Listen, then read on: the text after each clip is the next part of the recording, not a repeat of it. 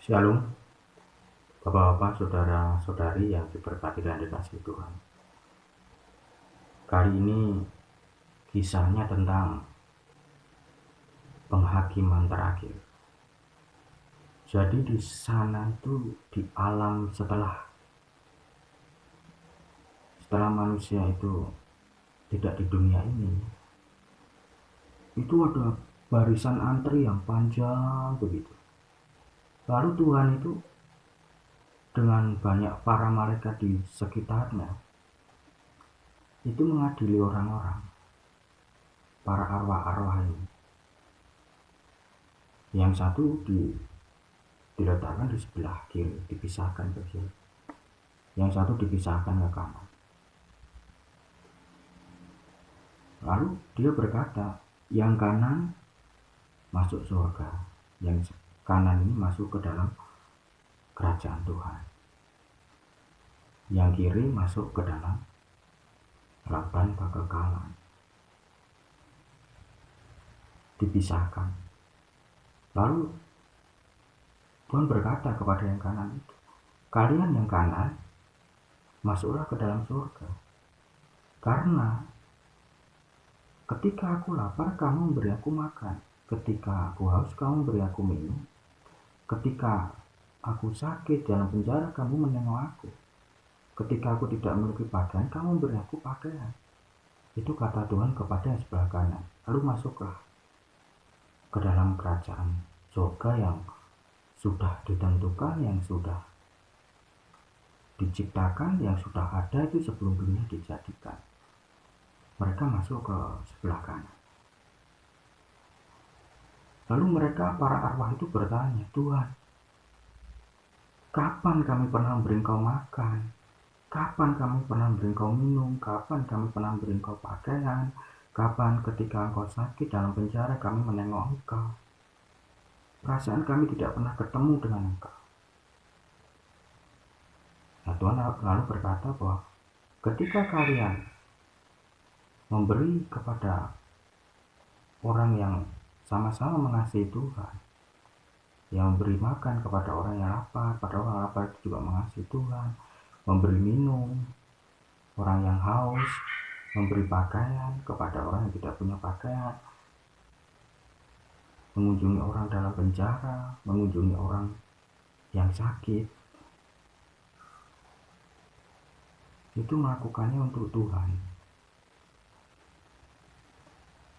Bapak Ibu saudara-saudari yang diberkati dan dikasihi Tuhan. Jadi di alam sana itu ada pemisahan. Yang sementara itu dia berkata kepada yang sebelah kiri, arwah-arwah yang sebelah kiri, kalian pergilah ke dalam lautan api yang kekal. Lalu mereka bertanya, Tuhan, kenapa gitu? Lalu Tuhan berkata, karena engkau tidak memberi makan orang, engkau tidak berbuat baik, tidak memberi minum orang, engkau tidak memberi pakaian orang, engkau tidak mengunjungi orang, pergilah. Jadi di alam sana itu hanya dipilih orang-orang yang baik. Hubungan dengan Tuhan itu tidak bisa dipisah dengan hubungannya dengan manusia. Manusia dicipta Tuhan itu serupa, segambar dengan Tuhan. Jadi Tuhan itu menciptakan manusia itu serupa segambar dengan Tuhan. Tuhan itu serupa segambar dengan manusia. Tuhan tidak serupa segambar itu dengan binatang, dengan kata. Tuhan tidak serupa, tidak mirip, tidak segambar dengan ular, dengan gajah, dengan harimau. Tapi Tuhan itu serupa segambar dengan manusia. Manusia diciptakan serupa dengan Tuhan.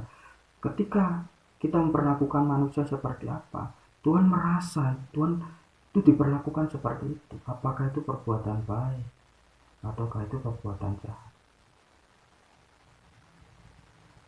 Kalau seorang menjahati manusia yang lain, itu rasanya seperti Tuhan itu dijahati. Ketika orang membaikin orang lain yang masih Tuhan, Tuhan merasa dia itu dibaiki. Karena manusia itu adalah gambarnya Tuhan. fotonya Tuhan. Jadi ketika manusia, andai fotonya orang tuh disobek-sobek itu di depan orangnya, perasaannya seperti apa? Seperti itu perasaan Tuhan. Atau fotonya dibaiki, disimpan baik-baik, seperti itu. Jadi gambarnya Tuhan manusia itu. Jadi tidak bisa bertemu Tuhan jikalau hatinya itu tidak beres kepada sesama manusia yang mengasihi Tuhan. Jadi untuk ketemu Tuhan itu hati ini juga harus beres kepada manusia dengan manusia yang lain. Tidak boleh ada hati membenci, yang marah, mendengki, mendendam kepada manusia jika mau ketemu Tuhan. Tidak ada hati yang berzina, cabul, mesum, dan lain sebagainya. Tidak ada hati yang mencuri, tidak ada hati yang mengingini milik orang lain, tidak ada hati yang merusak atau ingin merugikan orang lain, tidak ada. Kalau ingin ketemu Tuhan, ada pemisahan di sana. Dan Tuhan benar-benar tahu kehidupan manusia itu dipisahkan satu-satu. Ini orang jahat, sukanya selama hidupnya selalu berbuat jahat. Ini orang baik, selama hidupnya selalu berbuat baik. Bermiliar-miliar manusia Tuhan hanya mau pilih orang baik. Jangan jadi orang jahat, bad guy, dan lain sebagainya seperti itu. Jadi orang baik, orang yang mengasihi Tuhan harus baik. Ajaran Kristen adalah ajaran yang mengajarkan untuk berbuat baik, bukan mengajarkan untuk menjadi jahat. Di surga sana ada pemilihan. Bapak Ibu saudara-saudari yang diberkati dan dikasihi Tuhan, demikian kisah ringan ini ya. Kita mau dipilih mau masuk surga atau ke lautan api ya. Setelah kita mengasihi Tuhan, hubungan kita dengan manusia harus beres. Hubungan kita dengan sesama harus beres. Itulah vertikal dan horizontal. Domba-domba yang mengasihi Tuhan. Demikian kisah ringan hari ini diambil dari Matius 25. Bapak Ibu saudara-saudara yang diberkati dan kasih Tuhan, Tuhan memberkati. Mari kita berdoa. Tuhan, kami berdoa supaya setiap umat-Mu tergugah hatinya untuk berbuat baik, untuk banyak menolong orang, memberi orang, supaya kehidupan mereka juga selalu berkenan di hati Tuhan. Bukan hanya mengasihi Tuhan, tetapi juga mengasihi sesama, supaya banyak kedamaian di dunia ini, ada banyak kasih di dunia ini, ada banyak perbuatan baik di dunia ini.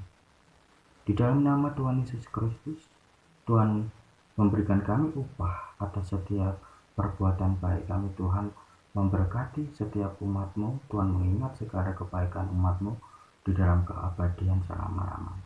Di dalam nama Tuhan Yesus Kristus kami berdoa dan mengucap syukur. Amin.